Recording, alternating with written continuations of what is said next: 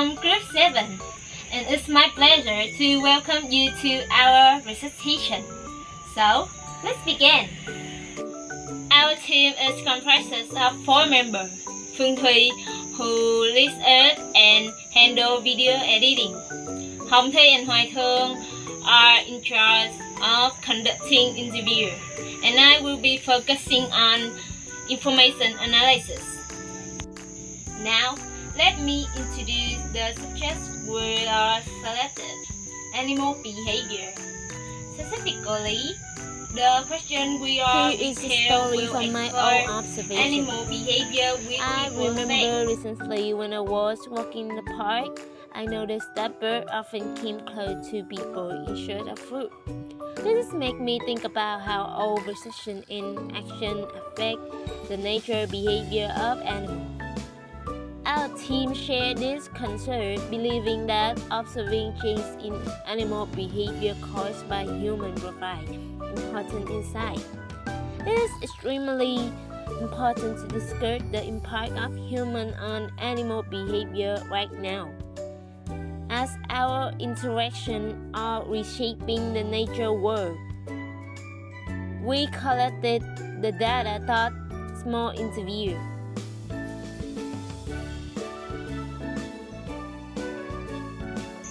So, without further delay, let's jump into the course content. Hi, my name is T, and today I will interview you for my group project. It's about the wild animals. So can you introduce yourself? Hi, my name is Linh, and I'm a first-year student at Văn Lang University. My major is interior design. Are you ready for me to ask you some questions about this project? I'm ready to be interviewed today. Okay, the first one is, what do you think is the difference between wild animals and captive animals? Can you give me some example? I think the main difference is from freedom. While animals live in nature, like forests, oceans, or mountains, they hunt for food and move around freely. Captive animals, like those in zoos or circuses, live in cages or small spaces. People feed and take care of them. Also, wild animals are usually more active and behave naturally. Captive animals can get bored or stressed because they don't have enough space or freedom. For example, I can see the wild animals, a whale swimming in the ocean, and for the captive animals, a dolphin in an aquarium. Okay, for the next question is, have you ever seen wild animals do something interesting in their habitat? What did it do? Yes, I have. One time I saw a monkey in National Park. It was very clever. It waited near some tourists and then quickly grabbed a snack from someone's bag. After that, it climbed up a tree and ate the fruit while watching everyone. It was funny, but also showed how smart monkeys can be. Okay, do you think it's right to keep wild animals in zoos? Why or why not? From my perspective, zoos can be good if they help protect animals, especially endangered animals. Some zoos have animals have babies and they take care of them while they're getting sick, and they teach people about the nature. But also, many zoos are not good at all. Some keep animals in small cages and the animals get bored or stressed, while animals need space and freedom. So, in my opinion, I think it's okay only if the zoo takes good care of the animals and helps with conservation. Otherwise, it's better to let animals live in the wild.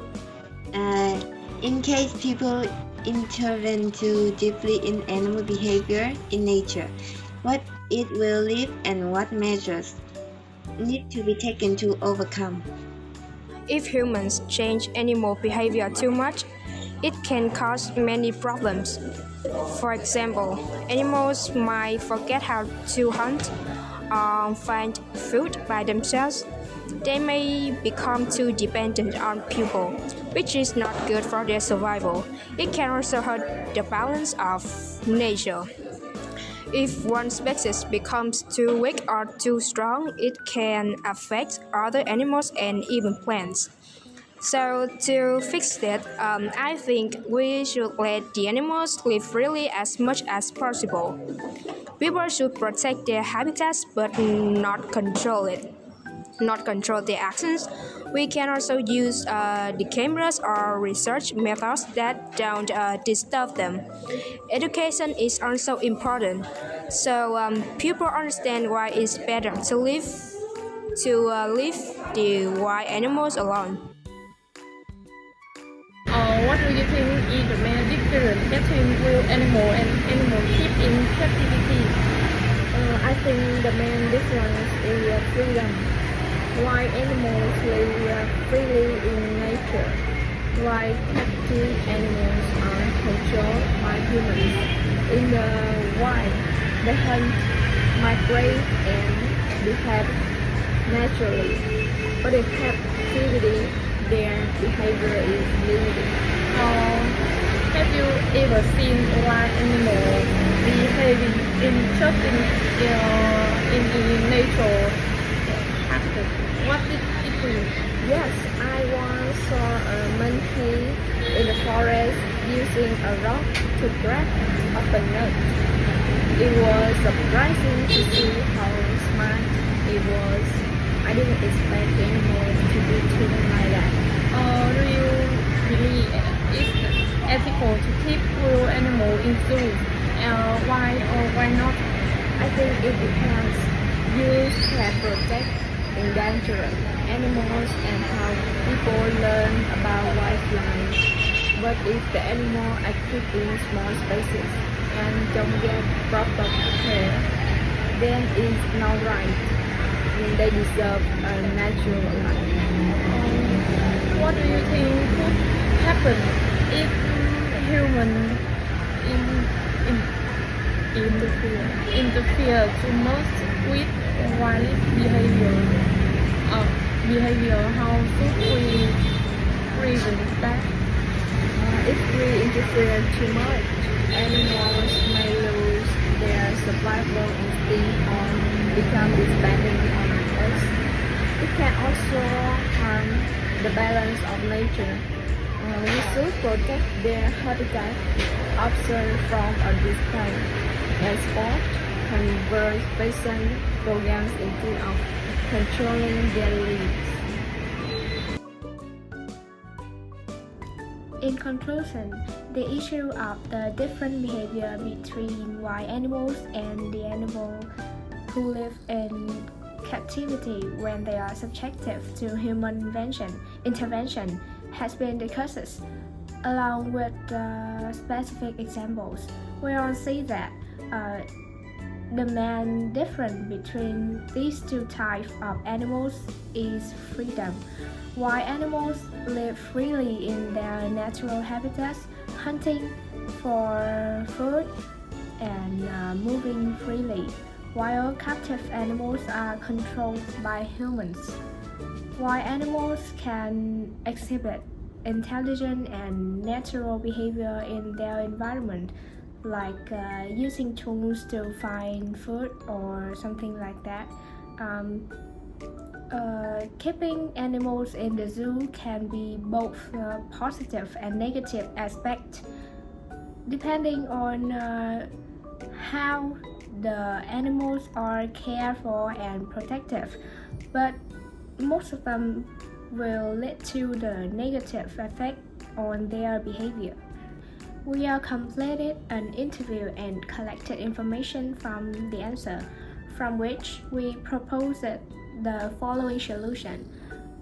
Firstly, to address this issue, it is essential to ensure that keeping wild animals in captivity is done responsibly and supports conservation efforts. Secondly, is when interfering with wild animal behavior, caution is necessary to avoid affecting their survival abilities. And the last but not least, we need to strengthen practical measures, such as protecting the natural habitat of wild animals, observing from a distance and supporting conservation programs instead of controlling their lives. Third is ensuring that animals are well cared for and have sufficient space to live naturally. To sum up, to protect the behavior of animals from human interference is essential to ensure that the captivity is carried out responsibly and support conservation efforts. We should observe from a distance, protect natural habitats, and support conservation programs rather than controlling their lives. These have reserve natural behaviors and the survival ability of animals. That's all. Finally, I want to say thanks to our teammates is Mỹ Tiên and Hồng Thi for information analyzer, is Thương Thư for video subtitle, and for myself, an editor and excellent leader. And the last but not least, our most sincere thanks to Mr. Lữ Gia Lộc. We want you to know that you have given the young generation a lot of motivation and love for English in general and how to learn English with more joyful in particular. Thank you.